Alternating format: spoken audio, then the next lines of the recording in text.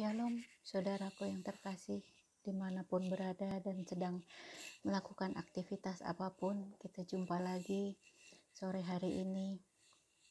Dalam kondisi sehat, kita harus bersyukur kepada Tuhan bahwa kita masih diberi kesempatan menikmati kesehatan yang dilimpahkan oleh Tuhan. Kita satukan hati dulu di dalam doa. Kita mau mendengar sedikit share firman Tuhan hari ini yang akan menguatkan kita di masa-masa saat ini. Mari kita satukan hati untuk berdoa.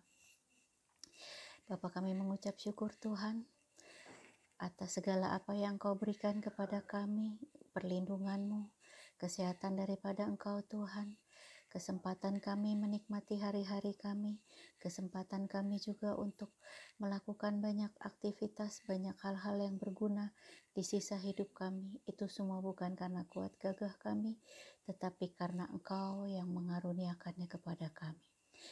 Hari ini Tuhan, kami mau sedikit share firman untuk belajar mengerti bagaimana yang menjadi kehendak-Mu Tuhan di dalam kehidupan kami, yang bersatu di dalam kasih Tuhan, yang menjadi satu kesatuan Tuhan, menjadi sehati sepikir bersama Engkau Tuhan.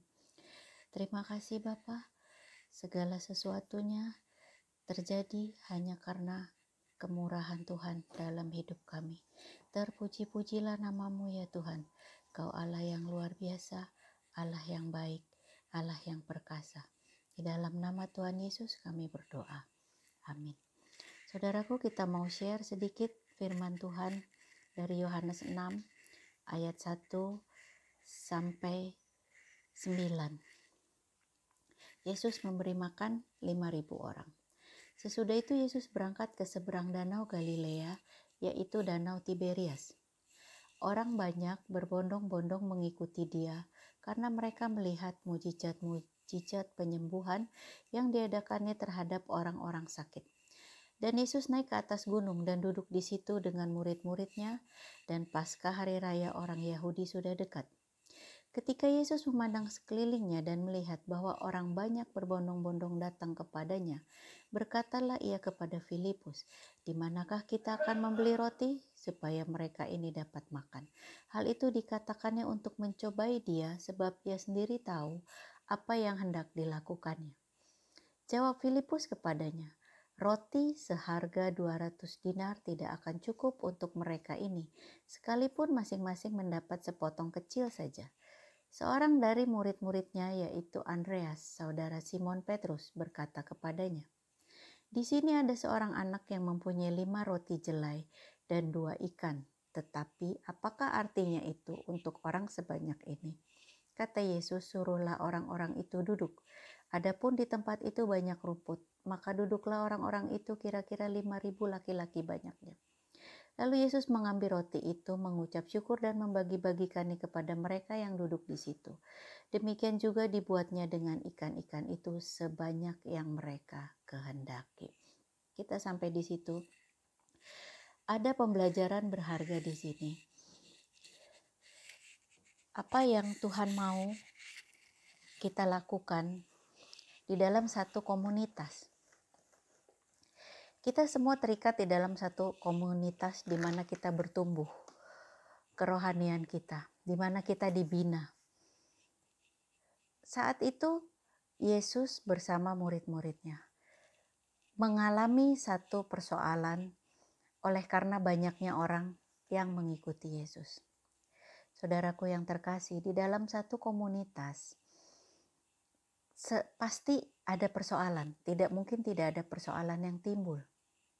Ketika kita ada satu perkumpulan, ketika kita ada satu kelompok organisasi atau apapun, ya, ketika kita berada dalam satu komunitas anak-anak Tuhan di mana kita bertumbuh, itu pasti kita menemui banyak persoalan-persoalan yang harus diselesaikan. Menjadi tugas siapakah ini? Apakah menjadi tugas leader, hanya tugas leader, tugas orang yang dituakan, atau tugas kita semua? Persoalan yang timbul sebenarnya itu menjadi tugas kita semua untuk mencari solusi. Saat itu kalau mau cari mudahnya, Tuhan tahu siapa yang membawa ikan, siapa yang membawa roti, Tuhan sendiri tahu. Tuhan bisa action langsung, melakukan mujizat. Tetapi di sini Tuhan mengajar kita untuk melibatkan pribadi-pribadi yang merasa memiliki beban tanggung jawab terhadap penyelesaian persoalan yang terjadi di dalam satu komunitas. Sudah menjadi satu kewajiban kita untuk bekerja sama, memiliki rasa tanggung jawab bersama terhadap apa yang terjadi di dalam satu kelompok, di dalam satu komunitas, di mana kita terlibat di dalamnya. Jangan kita hanya menjadi pribadi yang hanya mengkritik. Kenapa ya seperti ini kelompok kita, aku lebih suka kelompok lain yang terlihat lebih maju. Aku lebih suka komunitas lain yang terlihat lebih berapi-api. Kenapa persoalan di kita itu tentang spirit yang tidak berapi-api misalnya.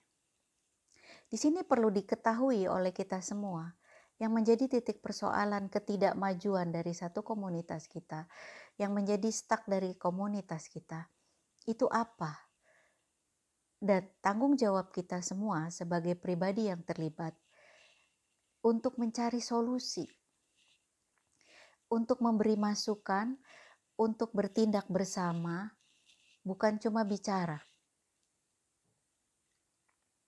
Bukan cuma menyerahkan kepada orang yang kita anggap sebagai leader atau yang kita tuakan. Kita semua lepas tangan, hanya melakukan bagian, hal kecil aja, aku gak mau terlibat banyak. Ini salah. Di dalam kisah ini saya ketika membaca dan merenungkan, saya menangkap satu pesan Tuhan. Cobalah sehati sepikir untuk menerima satu tanggung jawab untuk kemajuan bersama, untuk penyelesaian bersama. Bukan hanya satu bagian orang atau ini tanggung jawab satu pribadi atau dua pribadi, enggak. Tapi seluruh anggota kelompok. Seluruh anggota kelompok. Ya. Saya bersyukur sekali diberi beberapa pribadi yang memang kita tidak banyak ya. Tapi mereka adalah pribadi-pribadi yang sungguh mau terlibat untuk mengembangkan. Satu contoh Bimbel Glory yang saya laksanakan sekarang, yang sedang saya geluti sekarang. Itu menjadi tanggung jawab semua guru yang terlibat. Bukan tanggung jawab saya pribadi sebagai leader di Bimbel Glory, enggak. Itu menjadi tanggung jawab seluruh. Puji Tuhan, ini disadari oleh pribadi-pribadi yang terlibat, yang mengajar di tempat saya. Sehingga persoalan dari apa yang terjadi karena COVID di Bimbel Glory, itu bisa kita tanggung bersama-sama. Dan disitulah Tuhan memberikan jalan keluar yang luar biasa yang tidak bisa kita pikirkan. Tetapi ini adalah satu mujizat yang saudara dan saya akan alami, di mana ketika kita terlibat bersama-sama dalam satu komunitas, kita mengemban tanggung jawab bersama dalam satu komunitas. Bukan karena terpaksa, tetapi karena merasa kita juga punya tanggung jawab, kita juga mencintai, mengasihi setiap pribadi yang ada di dalam satu kelompok kita atau satu komunitas kita dengan ketulusan kasih Tuhan. Maka disitulah Tuhan campur tangan. Ketika murid-muridnya mau melakukan tugas, mau bertanggung jawab, berusaha untuk mencari penyelesaiannya apa, 5 roti, 2 ikan, maka Tuhan melakukan mujizat. Jadi hari ini kita diingatkan oleh Tuhan, di saat pandemi ini yang begitu membuat banyak guncangan bagi komunitas-komunitas saudara seiman, baik besar maupun kecil. Jangan kita padamkan spirit yang ada. Bakar spirit kita, penuh semangat Jadilah satu, semakinlah bersatu. Dalam Yohanes 17 Tuhan sendiri berdoa agar semua menjadi satu. Sehingga kita menjadi satu kekuatan bersama Kristus untuk menyelesaikan setiap persoalan. Dan komunitas kecil itu bukan berarti kita tidak berkembang, bukan berarti kita tidak bisa maju. Kita bisa bersama Tuhan melakukan banyak hal, asal semua bisa saling mendukung, asal semua bisa saling terlibat, asal semua bisa merasa punya tanggung jawab untuk melaksanakan apa yang Tuhan mau terhadap komunitas kita. Karena kita semua bukan anggota saja, tetapi kita pun sebagai orang-orang yang harus merasa punya tanggung jawab, memiliki tanggung jawab untuk perkembangan komunitas yang ada.